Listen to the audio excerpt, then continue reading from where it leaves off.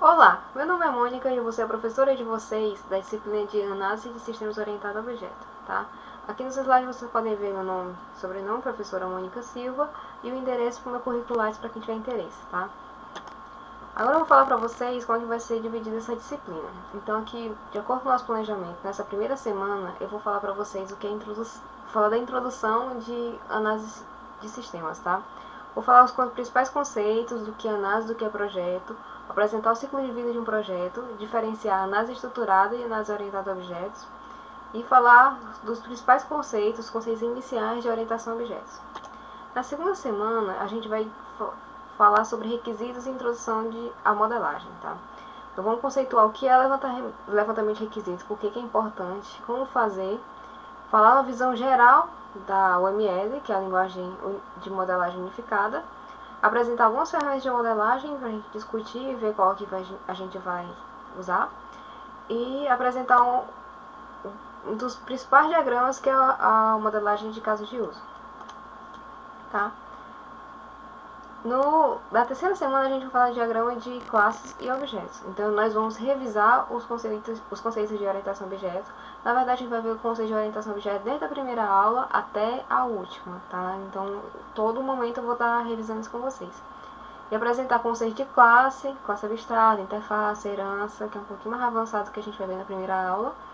E a gente vai apresentar e fazer diagramas de classe e diagramas de objeto, tá? E na semana 4, mais diagramas e um pouquinho mais de boas práticas. Então vou falar do diagrama de sequência, diagrama de atividade, diagrama de marca de status e teste de unidade.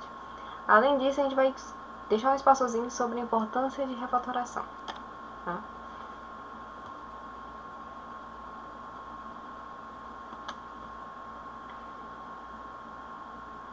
Então vamos lá. O que é introdução à análise de sistemas?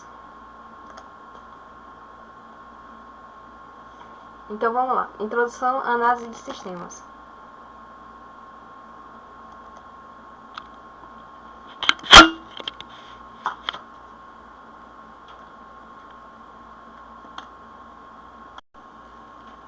Bem, então vamos à introdução à análise de sistemas, tá? Eu vou falar um pouquinho do processo de software, ou todas as características que envolvem o desenvolvimento de um software, tá? Softwares em geral podem ser divididos em genéricos e personalizados. O que é um software genérico? É um software que é desenvolvido pensando em atender a necessidade de um público muito grande, atender os requisitos de um público geral. Pode ser distribuído ou vendido para qualquer pessoa que queira usar esse software ou tenha interesse em usar esse software. Exemplo de software genérico é o pacote Office da Microsoft, que inclui PowerPoint, Excel, Word. Então são softwares que permitem você criar apresentações, criar planilhas, criar documentos de texto. Então, eles não foram feitos baseados numa necessidade específica de uma pessoa ou de uma empresa, mas sim para atender um público geral. Então, ele é genérico dessa forma. Ou podem ser softwares personalizados, tá? O que é um software personalizado? É um software que foi feito sob medida para atender as necessidades de um cliente, de uma empresa, de uma pessoa, tá? Então, vamos pensar, por exemplo, que uma rede de supermercados resolva encomendar um software para controlar seu estoque, controlar suas vendas, controlar a entrada de mercadorias.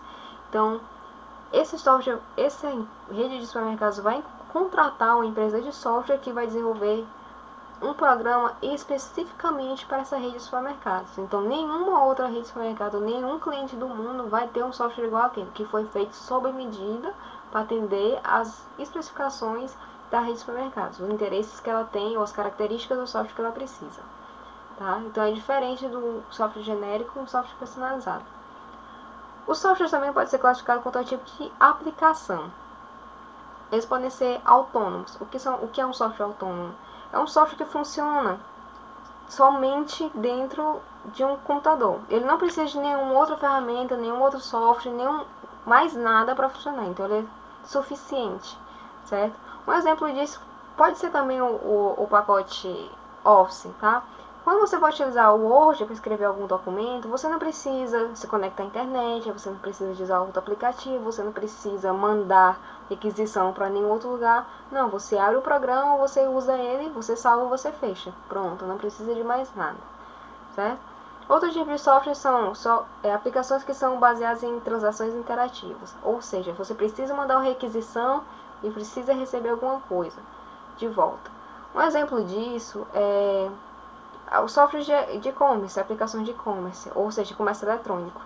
Quando você vai fazer uma compra na internet, na Submarino, Americanas, Mercado Livre, você manda uma requisição para lá, para o servidor, você dizendo que está interessado naquela compra, você recebe uma resposta de que aquele produto foi para o carrinho, você escolhe a forma de pagamento e tal. Então você precisa desse conjunto de transações que vão e vêm, as informações que você envia lá para o servidor, que não é local, tá lá na internet, que você recebe de volta na sua casa, tá? Então, ele é diferente do software autônomo, que ele precisa de uma conexão, um aplicativo lá do outro lado do servidor para responder essas requisições. Tem sistemas embarcados, que são sistemas, softwares que funcionam dentro de pequenos aparelhos. Aparelhos de medição de umidade, pode ter uma Smart TV ou então uma Smart geladeira, alguma coisa que vai... Um objeto que normalmente não tem a computação, que vai ter agora um sistema embarcado. Sistema de entretenimento, que são jogos que eles têm umas especificações diferentes dos outros softwares que a gente já falou. Modelagem, simulação, que é o AutoCAD, sistemas de edição gráfica, edição de vídeo, coleta de dados, que são informações que vão pegando dados por aí e fazendo a computação e gerando algum resultado. Por exemplo, você pode usar um web crawler, que é um pequeno aplicativo que vai vasculhar sites ou alguns lugares da internet, coletar informações e jogar em um servidor para ser usado de alguma forma essas informações. Um exemplo de web crawler é o próprio Google. Para fazer aquela busca do Google, ele solta vários pequenos aplicativos que vão vasculhando os websites, vai coletando as informações, o texto que tem no website, vai processar, colocar no servidor do Google para aparecer no sistema de busca deles, tá? Então, todos esses tipos de software que eu falei para vocês têm requisitos. Todos esses softwares que eu falei para vocês, ele contém especificações diferentes, contém necessidades diferentes, são usados em contextos diferentes, por pessoas diferentes, em situações diferentes, tá? Então, essa é a mensagem que eu queria passar para vocês. Há vários tipos de software diferentes, mas em geral, o processo de desenvolvimento de software envolve as seguintes etapas, tá? Todos esses softwares mais ou menos evoluíram da mesma forma, foram criados da mesma forma. Teve a etapa de especificação, tá? Que foi formalizado, foi discutido quais as funcionalidades e restrições que aquele programa vai ter, né? O que ele vai fazer de verdade, o que ele não pode fazer. Tem a parte do projeto e implementação, que é a produção do aplicativo, que vai atender essas especificações que a gente pesquisou antes. Ou seja, a gente vai entender o que o software faz, o que ele não pode fazer. Nessa etapa a gente vai definir como ele vai fazer isso e realmente programar ele para ele acontecer dessa forma.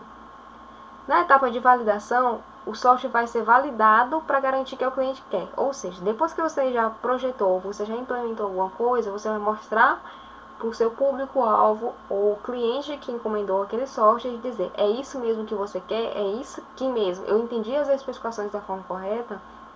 Então você vai verificar se o que você fez até agora é realmente aquilo que o cliente pediu. E a etapa de evolução, que esse aplicativo, esse software desenvolvido vai ser adaptado para atender novas necessidades do cliente. Se ele perceber que teve alguma coisa errada nessa etapa de validação, que não era bem o que ele queria, então você precisa de uma etapa de evolução. Ou então, o software pode estar muito bem especificado, projetado, validou bonitinho, mas o cliente decidiu que precisa de mais funcionalidades. Então, nessa etapa de evolução vai acontecer isso também, vai adaptar para novas necessidades do cliente, certo? Então, aqui no modelo cascata, a gente tem esse gráfico que vai mostrar como é que funciona esse modelo de desenvolvimento, tá? Então, tem a definição dos requisitos, o projeto do sistema e software, tá? Teste de unidade e a implementação, teste de sistema, integração, operação e manutenção. Então, depois que você define os requisitos, você vai projetar o sistema, Você vai testar e implementar, depois vai ser integrado e testado de uma forma mais holística, de uma forma mais geral, e depois vai ser colocado em operação e vai ser cuidar dessa manutenção, ou seja, que essa parte de evolução que eu falei para vocês antes. Então isso aqui representa mais ou menos o ciclo de vida de um projeto do modelo cascata, tá? Eu tirei essa figura do livro Engenharia de Software do Somerville, tá? Da 9ª edição. Então, outro modelo de desenvolvimento de software é o modelo incremental, tá? Assim, o modelo em cascata vocês podem ver que de uma etapa ele vai passando imediatamente para outra. Então, depois que tudo foi feito nessa etapa, é feito jogado para essa, que é jogado para essa, jogado para essa. Você vê que tem uma sequência bem definida de como as coisas acontecem. O modelo incremental não. Tem uma descrição geral do sistema que vai ser jogado numa atividade nesses conjuntos de atividades que acontecem concorrentemente, ou seja, acontecem em paralelo ao mesmo tempo, que é a etapa de especificar o que realmente o software vai fazer, a etapa de desenvolver, de implementar esse software, a validação, né, que é conferir com o cliente se é aquilo mesmo que ele quer, se é aquilo mesmo que deve ser desenvolvido, tá? Então essas 3 etapas vão acontecer ao mesmo tempo, meio que ao mesmo tempo. Depois que isso acontece, é criada uma pequena versão, que é a versão inicial. Ela não tem todas as suas funcionalidades, não tem tudo que o cliente pediu, é só uma versão inicial para entregar parte do que o cliente pediu. Tá? Eu quero um sistema que controle vendas, estoque, meus funcionários e tudo. Então essa versão inicial podia ser só o cadastro de funcionário. Olha, não, a gente fez aqui só o cadastro de funcionário, vê se é isso mesmo que você quer. Pronto, aí criou a versão inicial, tá? Que é essa parte aqui.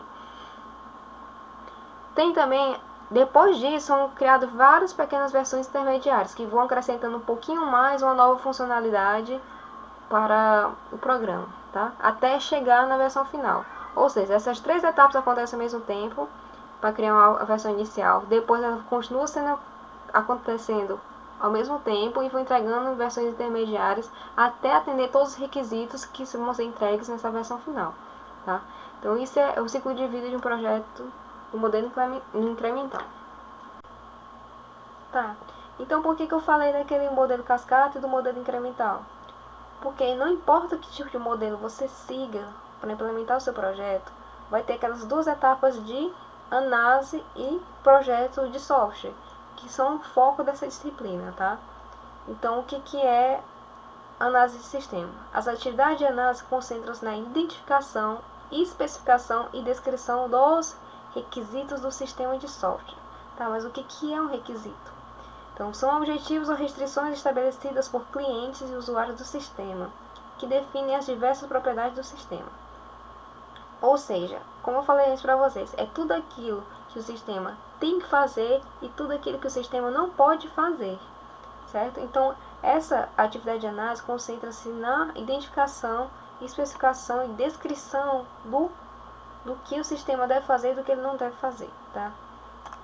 Então, vou falar um pouquinho de história para vocês do que era análise estruturada. Antigamente, os sistemas eram desenvolvidos num paradigma estruturado, certo? E eles foram progressivamente aumentando de tamanho, ficaram mais complexos, ficaram maiores, com mais linhas de código. Então foi necessário uma forma de controlar todas essas mudanças e de representar melhor o que esse sistema devia fazer. Então, para isso foi criada essa análise estruturada. Então, seguia o paradigma estruturado, porque os sistemas eram desenvolvidos no paradigma estruturado e tinham foco em como os dados eram gerados, como eles se movimentavam dentro do sistema e como eles eram representados, tá? Então, ele era focado principalmente em dados, em alterar esses dados, em passar esses dados de um lado para o outro, certo? Já a análise orientada a objetos utiliza o paradigma orientado a objetos. Então, facilita muito quando o sistema está sendo desenvolvido em uma linguagem orientada a objetos, tá? Exemplos de linguagem orientada a objetos são Java, Python, Ruby, C++, C#, tudo isso são linguagens orientadas a objetos. Então, se você está fazendo um programa, implementando ele orientado a objetos, Então ficaria melhor se a forma que você fosse representar essa informação para os colégios de trabalho, em documentação e tudo isso fosse orientado a objeto. Desde a especificação, desde a análise, você transformar toda aquela informação que você está recebendo do cliente, do que o sistema deve fazer ou não, e representar como objeto, para você programar orientado a objeto, facilitava muito, certo? Então, essa orientação a objeto é o quê? Ela busca representar o sistema baseado em conceitos reais, e não em processo do sistema. Não vou representar o sistema como um módulo que vai alterar o cadastro de um livro, ou que vai buscar um livro, ou que vai excluir um livro. Não. Vamos nos concentrar no conceito. Se um sistema de controle de biblioteca, por exemplo, de cadastro de livros de uma biblioteca, então o que é mais importante disso aí no mundo real? No mundo real, qual o foco disso? É livro, tá? Então a gente vai representar um livro e vai ver o que esse livro pode fazer. Esse livro pode ser excluído, esse livro pode ser buscado, tá? Então muda a forma como você representa o sistema. Você não está representando mais o sistema em coisas que ele devia fazer, mas em si, que objetos, que conceitos reais ele trabalha e como é que ele vai ser trabalhado dentro desse sistema. A diferença pode ser um pouquinho difícil para vocês, mas parece sutil no começo, mas facilita bastante, tá? Torna mais flexível o sistema. Vou já tentar explicar para vocês por quê. Então vamos fazer uma comparação aqui de análise estruturada para análise orientada a objeto, certo? Na análise estruturada, todas as funções que manipulam dados devem conhecer a forma de armazenamento dos dados. Ou seja, nesse sistema de biblioteca, por exemplo, de manipulação de livro, se eu vou fazer esse módulo de exclusão de livro, eu tenho que saber onde é que esse livro está armazenado, qual a estrutura desse dado, se ele tem nome, se tem autor, se tem título, tudo isso eu vou ter que saber nesse módulo de exclusão. No módulo de alteração, eu também vou ter que fazer a mesma coisa, eu vou ter que saber o nome, eu vou ter que saber o autor, vou ter que saber título e tal. Então nesse módulo vai estar tudo programado lá dentro, como mudar de um por um, certo? Na hora do cadastro também. Então, modificação na estrutura dos dados afeta todas as funções que manipulam aqueles dados. No dia que eu fizer uma alteração nos meus requisitos, eu falar, poxa, cara, eu quero um livro que agora represente não só um autor, quero que esse livro seja cadastrado com mais de um autor. Então, se em todas as outras funções ele mexia com um autor somente, então eu vou ter que mudar em todas as funções que trabalhavam com o livro, eu vou ter que alterar lá para incluir mais um autor. Então, a função de excluir vai ter lá, trabalhar com um novo autor. Função de alterar, eu vou ter que adicionar um campo de novo autor lá. Se na função de cadastrar, eu vou ter que botar outro autor lá dentro. Então, cada uma das funções que trabalham com aquele livro, eu vou ter que alterar aquele dado. Então, se o sistema for muito grande e tiver muitos módulos, vai ficar complicado alterar em todos os lugares. Fica difícil gerenciar essas alterações. Então, descreve como o sistema deve atender os requisitos, ou seja, bem baixo nível em relação a alterar os dados e manipular eles, ao invés de descrever o que o sistema deve realmente fazer, que é controlar o cadastro de livros, tá? É uma visão mais abstrata, mas é mais efetiva, tá? Tudo isso dificulta no gerenciamento de mudanças de requisitos. Então, quando houver alguma mudança de necessidade do cliente, fica complicado você ter que procurar no sistema inteiro onde aquelas alterações são necessárias, tá? Já a análise orientada a objetos fica mais simples, tá? Então, o sistema vai ser descrito na forma de objetos, de conceitos, tá? Baseado no mundo real, em coisas que acontecem aqui fora, certo? Não em módulo, não função. A gente não trabalha com isso de verdade aqui, certo? Eu não vou pegar uma função, eu não vou pensar no módulo, é diferente. Então, é mais próximo da visão da implementação também. Se a implementação for feita, obviamente, orientada a objetos. Então, não precisa de um readequamento. Porque, assim, se eu fizer minha análise estruturada, baseada em módulos e funções, em como o dado flui de um lado para o outro, fica mais complicado na hora que eu tenho que transformar isso tudo em objetos na hora da implementação. Então, não vai ter essa distância tão grande. Se meu sistema está sendo orientado a objeto, é melhor fazer uma análise orientada a objeto também. Não vou ter que fazer alteração nenhuma em como as coisas são representadas na hora da implementação. Então, Modificações na estrutura dos dados muitas vezes geram mudanças somente na estrutura do objeto. A gente vai ver isso aqui nessa aula ainda, tá? Mas assim, vai existir, é como se fosse um módulozão chamado livro. Esse módulo vai cuidar de todas as alterações relacionadas com o livro. Então, exclusão vai estar dentro desse módulo, alteração vai estar dentro desse módulo, vai estar tudo dentro desse módulozão chamado livro. Vamos representar assim por enquanto, tá? Então, quando eu quiser fazer alguma alteração no dado, ou seja, eu quero incluir, por exemplo, mais um autor em livro, em todos os livros que existem, é só mudar esse módulo e pronto. Eu não vou ter que mudar em lugar nenhum do sistema, tá? A gente vai ver isso aqui um pouquinho mais em detalhe aqui daqui a pouco. Então, mudanças mínimas são propagadas para outras partes do sistema. Então, se for precisar mudar alguma alteração, fazer alguma alteração na estrutura do dado, a alteração que eu vou ter que fazer no resto do sistema é basicamente mínima, às vezes nem nada eu vou ter que mudar.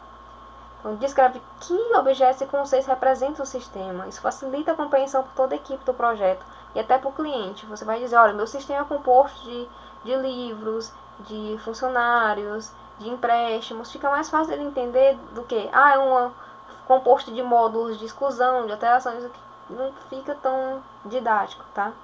Então fica mais fácil gerenciar e entender as mudanças e abstrair detalhes de manipulação de dados, que isso não é importante na parte de analisar se o sistema deve fazer aquilo que foi pedido ou não. Essa parte de manipulação de dados não é importante nesse momento, tá?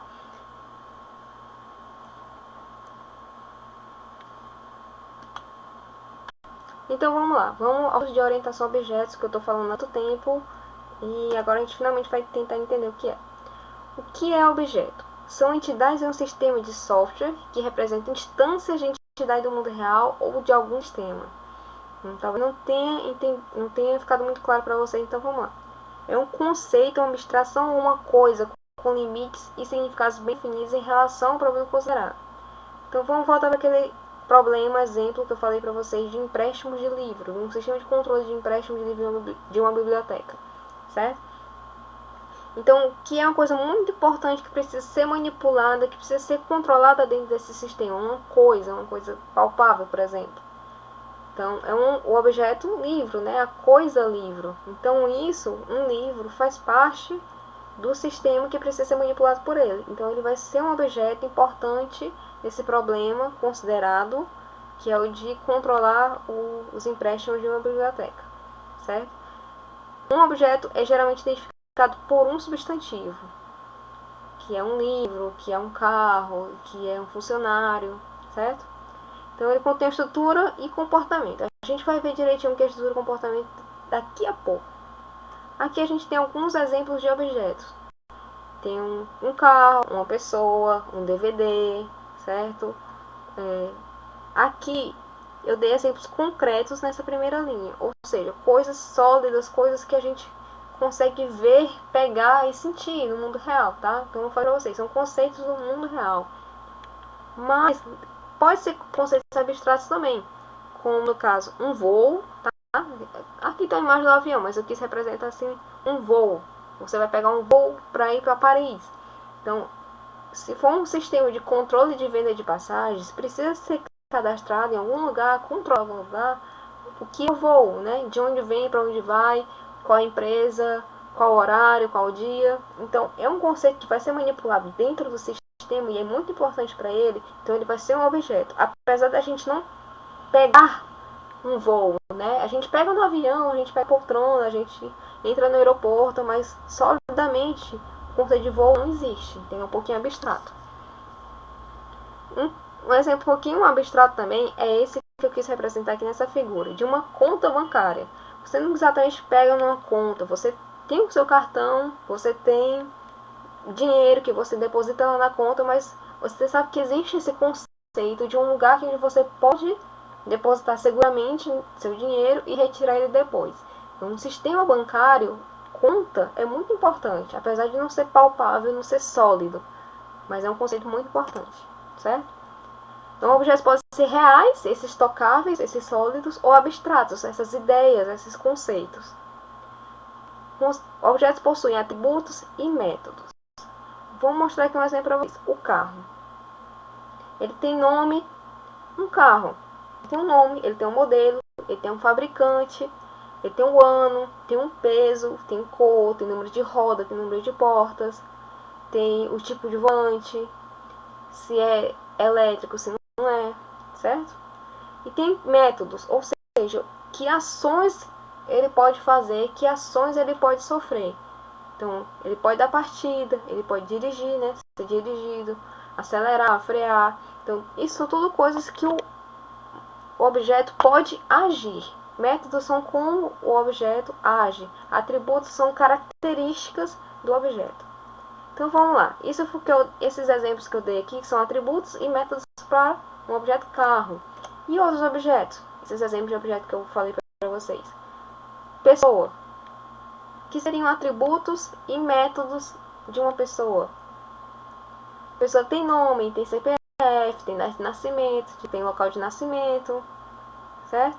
Então, se for, por exemplo, num sistema de controle acadêmico, então tem a pessoa vai fazer matrícula, vai olhar o boletim dela, vai verificar se está aprovado ou não. Então, essas são todas as ações que a pessoa pode sofrer, certo? Ou que ela pode agir no ambiente acadêmico, certo? Que vai ser controlado digitalmente. Claro que ela pode fazer várias coisas dentro do IE, mas isso vão ser coisas que ela vai ser controlada pelo sistema, tá? Todos esses objetos, eu queria que vocês tomassem um tempo para vocês prestar atenção em cada um desses objetos e pensar que métodos, que formas de agir ou que formas de interagir com esses objetos são possíveis e que atributos eles podem ter, tá? Eu já falei também exemplos de atributos aqui de voo, um pouquinho antes. Então eu queria que vocês pensassem nos atributos e também nos métodos. Então, outro conceito importante são classes, certo? Vou voltar um pouquinho para o objeto. O que é um objeto? Ele é uma instância de classe. Classe vai ser o conceito em si, a forma genérica de representar todos os objetos. É como se a classe fosse a forma ou o molde que define que atributos e métodos todos os objetos daquela classe terão.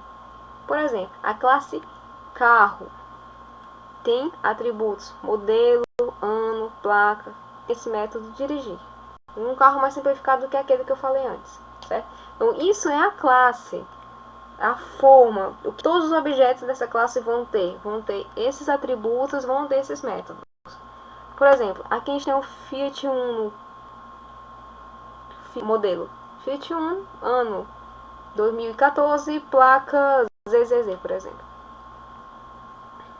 Então, esse objeto Fiat Uno 2014, placa ZZZ, ele é um objeto dessa classe carro. Então, ele é uma coisa, representar uma instância, um exemplo dessa classe aqui, tá? Aqui a gente tem uma Ferrari, vermelha, ano 2013, placa 000, tá? Então, isso aqui é um outro objeto dessa classe carro aqui também. Então, a gente tem a Brasília, amarela, ano 84, placa 666. Então, ele é outro objeto dessa classe carro aqui. Então, classe é a definição geral, é a forma, é o molde, tá? Imagine isso aqui como se fosse uma folha de cadastro em branco, né? E um objeto fosse os valores que foram escritos nessa folha, tá? Então, alguns exemplos. Porsche BYD, Brasileirinho, Nacional, Lua de Cristal, são todos objetos, são todas representações de uma classe música, por exemplo. Todos são músicas. Então temos carro, moto, helicóptero, servidor. Isso tudo são conceitos gerais, não estão especificando nada exatamente. Então são exemplos de classe. Então a gente consegue pensar em exemplos de carro, consegue pensar em exemplos de moto, consegue pensar em exemplos de helicóptero, de servidores, tá? Então, isso são exemplos de classe. São definições gerais, são o molde. Lula, por exemplo, é um objeto, uma instância, um exemplo da classe presidente. Se a gente for pensar assim. Então, Lula vai ser o objeto, presidente vai ser nossa classe. Vou dar um pouquinho mais também o que são atributos. São valores que caracterizam objetos e classe. Tem duas definições diferentes: atributos de objeto, e atributos de classe. Então, atributos de objeto são valores personalizados para cada objeto. Cada objeto vai ter um valor diferente dos outros objetos. Exemplo, atributo cor da classe carro. Como a gente viu aqui, esse carro amarelo, verde limão, sou meio daltônica, não estou vendo. Tem essa cor aqui é vermelha, essa cor desse último carro é amarelo. Então são objetos da classe carro, mas cada objeto tem seu próprio valor de cor diferente, tá? Então, o que é então atributo de classe? Então, o valor definido para todas as instâncias de uma classe. Então, se a gente pensar numa classe mamíferos, que representa todos os animais mamíferos, ela vai possuir um atributo chamado vertebrado, que ele vai ser um atributo booleano, um atributo verdadeiro ou falso. Então, classe mamífero tem um atributo lá, vertebrado. Então, todos os objetos daquela classe vão ter aquele atributo com valor true. Então, se eu fizer um atributo de classe chamado vertebrado com valor true, verdadeiro, ou seja, todos os objetos da classe mamífero vão ter aquele atributo já com o valor colocado como verdadeiro. Então, classe aracnídeo, por exemplo, se a gente pegar esse mesmo atributo, se a gente fizer uma classe no nosso programa que representa todos os aracnídeos, e tem um atributo lá vertebrado, um atributo de classe chamado vertebrado, com valor falso, ou seja, falso. Nenhum aracnídeo é vertebrado. Então, todos os objetos da classe aracnídeos vão ter esse atributo aqui já com esse valor falso, tá? Aqui vai ser todos os objetos vão ter esse mesmo valor. Nesse atributo de objeto, cada objeto pode ter um valor diferente. No atributo de classe, não. Todo objeto vai ter o mesmo valor para aquele atributo. Então, vamos detalhar um pouquinho também mais o que é um método. Então, a implementação de uma operação para uma classe. Possui um tipo de retorno que pode ser primitivo, um objeto de uma classe ou void. Vamos lá. Então, como eu falei para vocês, é uma operação, é uma ação, é uma forma do objeto ou da classe agir, tá, dentro do sistema. Então, um carro, por exemplo, ele vai ter um método dirigir, que vai fazer ele andar um pouquinho para frente. Vamos definir o método assim. Então, esse método dirigir vai fazer o carro começar a andar um pouco para frente. Ele vai ter um tipo de retorno, ou seja, depois que esse método executar, vai ser retornado algum valor? Se sim, que valor é esse? Então ele funciona exatamente como uma função, tá? Um método é uma função, como a gente já viu em programação estruturada. Esse valor void significa que ele não vai retornar valor nenhum, certo? Isso se aproxima mais ao conceito de procedimento em linguagens estruturadas, tá? Então, void não retorna nenhum valor, mas pode ser um tipo primitivo também que ele retorna. O que é um tipo primitivo? É um inteiro, é um número real, é um número, pode ser booleano, pode ser verdadeiro ou falso, pode ser uma string, tá? Um caractere. Isso são tipos primitivos, são tipos padrões já. Ou pode ser de uma classe. O carro podia retornar, sei lá, um outro método que ele retornasse um carro também, um outro objeto carro. Ou podia retornar um exemplo de pessoa, uma instância de pessoa. Podia retornar um livro. Não cabe nesse exemplo, mas dá pra, no método, depois da chamada do método, ele retornar um objeto também, independente com a classe. Tá? Então, existem métodos públicos e privados. A gente já vai entender o que é a visibilidade. Mas métodos públicos são as formas de se interagir com uma classe ou um objeto. Eu vou já explicar aqui para vocês o que é a visibilidade. A visibilidade vai ser a privada ou pública para métodos ou atributos. Quando um método é privado ou quando um atributo é privado, somente a própria classe, somente o próprio objeto pode acessar o método e aquele método privado, aquele atributo privado e alterar os valores dos atributos diretamente.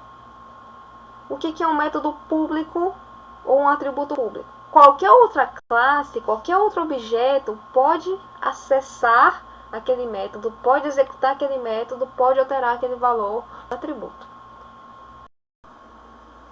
Tá, então eu vou explicar aqui para vocês na prática, num exemplo de Java, tá? Um código exemplo de Java para vocês entenderem melhor essa questão de visibilidade de método e visibilidade de atributo. Então, nessa classe aqui, ó, eu chamei ela de livro, tá? Criei esse atributo aqui chamado páginas, do tipo inteiro. Esqueci de falar isso pra vocês, mas os atributos têm um tipo, tá? O é inteiro, o é string, ou é float, ou boolean, tá? Ele tem um tipo, é como se fosse realmente uma variável, tá? Então, esse atributo aqui, ele é do tipo inteiro, ele é privado, tá? Isso quer dizer o quê? Que somente o próprio objeto pode alterar esse atributo, pode acessar ou pode alterar esse atributo. Então, esse atributo aqui já começa com o valor inicial de 200. Estou dizendo que, por padrão, um livro tem 200 como seu valor do atributo páginas. Aqui eu estou criando um método chamado número páginas. Ele é público, tá? Estou dizendo aqui que ele é público, ou seja, ele pode ser acessado por qualquer classe, qualquer objeto. Pode ser um objeto livre, pode ser qualquer outro objeto de outra classe ou qualquer outra classe, tá bom? Tudo bem. Então, esse método vai fazer o quê? Ele vai imprimir na tela esse páginas. O que é páginas? O atributo. Então, vai imprimir o valor que está inserido aqui dentro desse atributo páginas. Tá? Esse system.out.println é o comando para você imprimir alguma coisa no console, no terminal, na tela. Ele é equivalente ao println ou writeln de outras linguagens. Então aqui eu criei outra classe, tá? Para a gente testar essa questão de visibilidade, se vai dar certo ou não. Então se a gente fizer acessa livro, essa classe acessa livro, e eu vou criar esse método main, esse método main, ele dessa forma, public static void main, com esses parâmetros aqui, quer dizer o quê? Que esse vai ser o método que vai ser realmente executado, vai ser o bloco de código principal.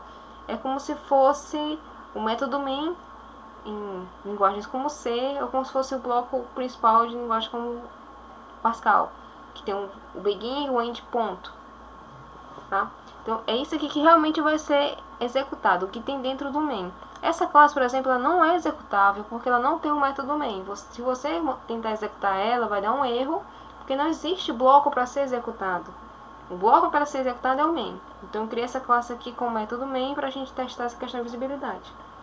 Então eu tenho livro, tá? Eu estou declarando o livro aqui como se fosse um objeto da classe livro. Eu tenho que instanciar ele para poder utilizar.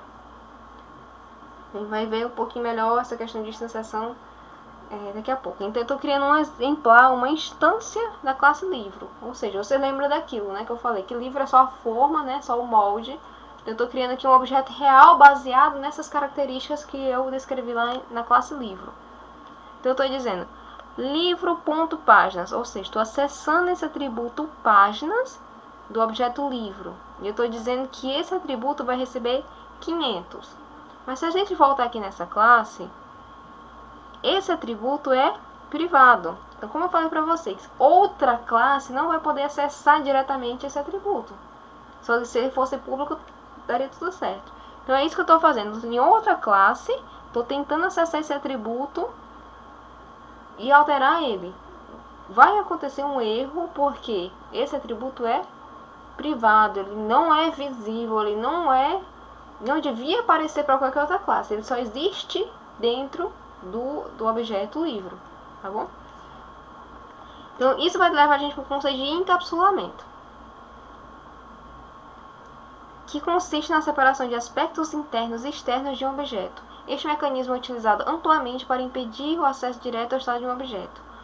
O estado do objeto é o mesmo que a gente chama de os atributos do objeto. Então, disponibilizando externamente apenas os métodos que alteram esses estados. A gente pode ter vários atributos dentro do objeto, mas se a gente marcar todos eles como privado, nenhuma outra classe de fora vai poder interferir nos valores que tem dentro desses atributos. Então, como é que vai ser acessado esses atributos? Então, vão ser acessados através de métodos que vão ser criados justamente, especialmente para alterar esses valores. Então, só vão ser criados métodos, atributos que a gente quer deixar que sejam alterados. Então, vai dar um controle melhor. Por exemplo, você não precisa conhecer os detalhes dos circuitos de um telefone para utilizar. A carcaça encapsula os detalhes, provendo você uma interface mais amigável. Os botões, monofone, sinal de tom. Ou seja, eu não estou tendo acesso direto aos chips, aos elementos, aos fios que tem aqui dentro. Eu não vou alterar o que tem aqui dentro. Se eu quiser interagir com esse objeto, eu vou ter que sair através da interface que ele me dispõe, os métodos que ele está me disponibilizando para eu poder utilizá-lo. Então, aqui no caso, é o botão aqui do tom, os botões aqui para fazer a ligação. Então, isso tudo é a forma que eu tenho de interagir. Então, eu estou escondendo os detalhes, as alterações que existem aqui dentro do telefone. Eu só vou poder alterar ou interagir da forma que ele foi planejado, que é através desses botões. Então, uma figura para representar isso é essa aqui, tá? Então, imagine que isso aqui seja um objeto. Então, aqui dentro só tem os atributos privados. Se eu tenho um outro objeto aqui fora, ele não vai conseguir acessar esses atributos privados, porque ele tem que passar através dessa camada aqui, tá? Essa camada aqui é a camada de métodos públicos. Então, público é tudo que pode ser visto por qualquer outro objeto. Qualquer outro objeto pode acessar esses atributos ou métodos que tem aqui. Mas privado, ninguém acessa de fora. Só quem está aqui dentro pode alterar os atributos privados. Eu tenho um outro objeto aqui fora. Ele quer interagir com esse objeto, ele só vai conseguir interagir através dos métodos públicos, através da interface que eu quero que ele interaja, tá? É como se fosse o telefone mesmo. Eu não vou acessar diretamente os componentes que existem dentro do telefone. Eu vou acessar ele através do que me foi disponibilizado publicamente, que são os botões. Então, aqui no caso, são os métodos, tá? Vamos voltar aqui no nosso exemplo. Então, se eu quiser saber qual o número de páginas de um elemento, de um livro, eu vou ter que fazer isso através do método público. Imagina que isso é um método de fora. Se eu for um objeto de fora.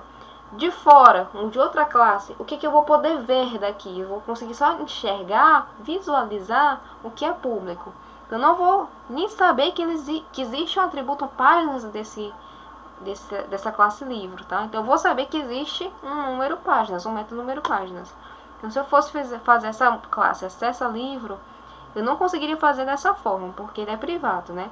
Então se eu quero imprimir na tela número de páginas, então eu acessaria o método número páginas. Então aqui ficaria livro ponto número páginas. Isso executaria esse método aqui. O que esse método faz? Ele vai imprimir na tela o atributo páginas. Ah, mas quem está acessando essas páginas aqui? É a própria classe, é o próprio objeto. Então ele pode fazer referência aos próprios atributos. Isso não tem problema. Quem não pode fazer referência aos atributos são objetos de outra classe. Então eu estou na classe livro, estou acessando páginas, ele é privado, mas é meu privado, então eu posso usar. Então vou conseguir imprimir na tela esse valor. Dessa forma aqui não vai ser possível, por causa do encapsulamento. Eu vou tentar acessar um método privado, eu não vou conseguir. Então, outro conceito muito importante é o conceito de herança, tá? Então, a classe, ela pode herdar atributos e métodos de uma superclasse, de uma classe superior, além de ter os próprios atributos e métodos especializados. Como assim? Então, vou esse modelo aqui que a gente tem uma classe pessoa, uma classe jurídica e uma classe física, tá? Então, aqui em cima fica o nome da classe, aqui fica os atributos, atributo e o tipo do atributo, e aqui fica o método, tá? Então, digamos que essa classe pessoa tem esse atributo nome e tenha esse método escrever nome. Se a gente for fazer uma classe jurídica, uma pessoa jurídica, a pessoa jurídica também tem um nome. Tem aquele nome fantasia, tem o nome da empresa, né? Tem essa questão de escrever o nome, de você imprimir na tela, tem um método para imprimir na tela e escrever nome.